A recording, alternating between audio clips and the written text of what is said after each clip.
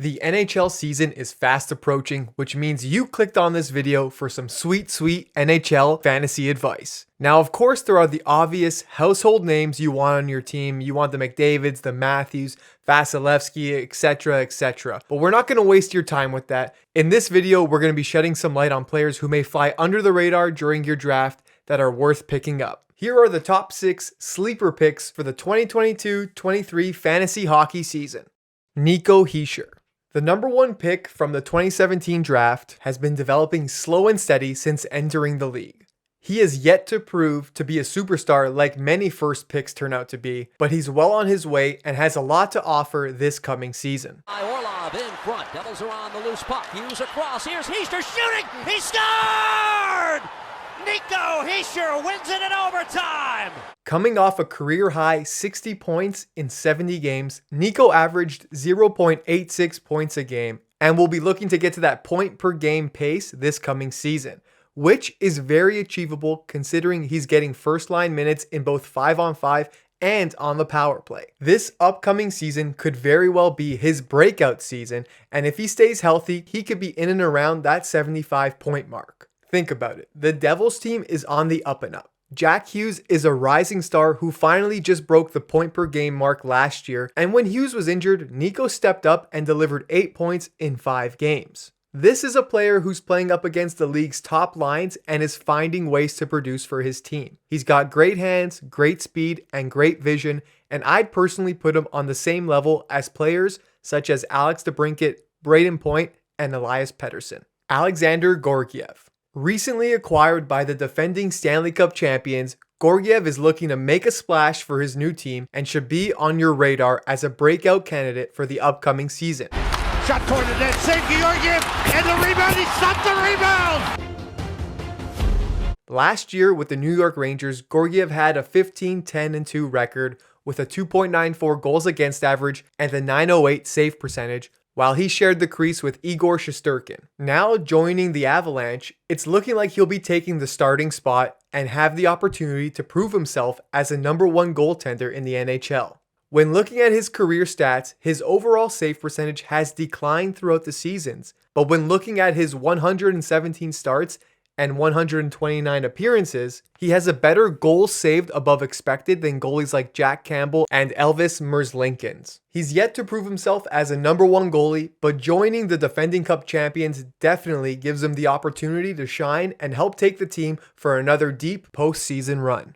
Artturi Lehkonen. Sticking with the defending Cup champs, let's talk about Lehkonen. The Avalanche acquired him from the Montreal Canadiens ahead of the trade deadline back in March. Lehkonen scored 6 goals and 9 points in 16 regular season games for the Avs, and then went on to score 8 goals and 14 points during their Cup run in the playoffs. Through 6 seasons in the NHL, he's tallied 80 goals and 158 points across 412 games played. Last season, between the Canadiens and the Avalanche, he had 19 goals and 38 points, which was a career high for both of those categories. When he made the move to the Avalanche, he was consistently seeing 50% of the available power play time and was Colorado's most used forwards on the penalty kill. I think it's off of Burns' skate, Shaw's stick, under the wickets of Jones. Shaw's going to get credit for it. So there's lots of potential for special teams points here. Now, he hasn't spent much time with the Avalanche, but based on his time there, he's on pace for 50 points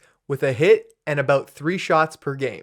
He's a top 6 forward who, when given the opportunity to step up in the postseason, he did, and he's going to be looking to build off that this upcoming season. Tyler Toffoli. Now here's another top 6 winger who finds himself on a team that is ready to make a deep run, and after making some huge moves this offseason, the Calgary Flames are looking stacked. The near corner to Anderson, he centers it, Toffoli shoots and scores! There's a chance, they score! Toffoli on the power play! Tyler Toffoli can be getting top line minutes playing alongside Jonathan Huberdeau and Elias Lindholm on the top line, and receive top line power play minutes where Nazem Kadri will join him on the opposite wing. Toffoli tallied 20 goals and 29 assists in the 2021-22 season, splitting his time with the Montreal Canadiens and then moving to Calgary.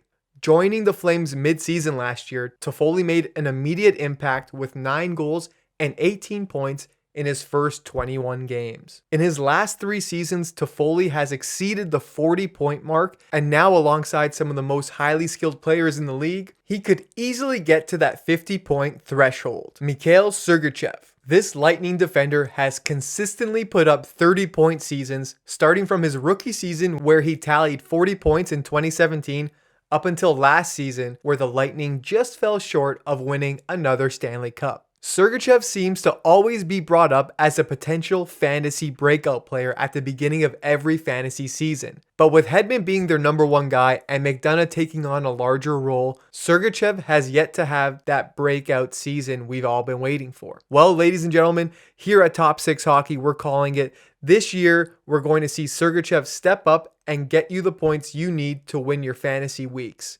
With veteran Ryan McDonough being traded to the Nashville Predators, it only makes sense for Sergachev to take this opportunity and have himself a career season. He's been nothing more than solid in his last 5 seasons, but keep your eyes on him this year because with Tampa still being one of the favorites to make a deep cup run, Sergachev could very well have himself a 50-point season. Up speed to neutral ice. Across the Hamilton line wide. Templeton tries to get it off of him, and Sergachev lifts it upstairs and scores. Boone Jenner.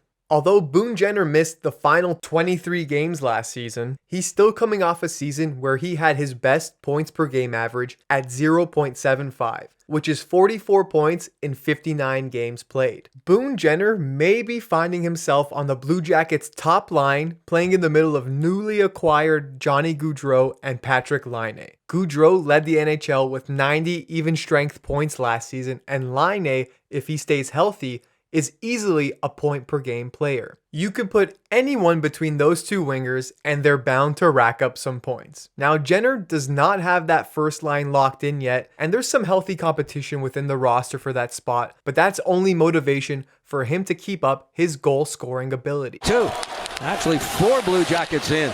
This is Murray. Jenner scores! Tic-tac-toe! On top of that, Jenner was the centerman who paired up alongside Laine the most last season and received the most power play time. So the odds are in his favor. It's just a matter of if Jenner, Laine, and Gaudreau all click together. We'll find out soon enough. Thanks for watching our videos. Don't forget to hit that like button, and if you're new to the channel, hit that subscribe button, and we'll see you in the next video.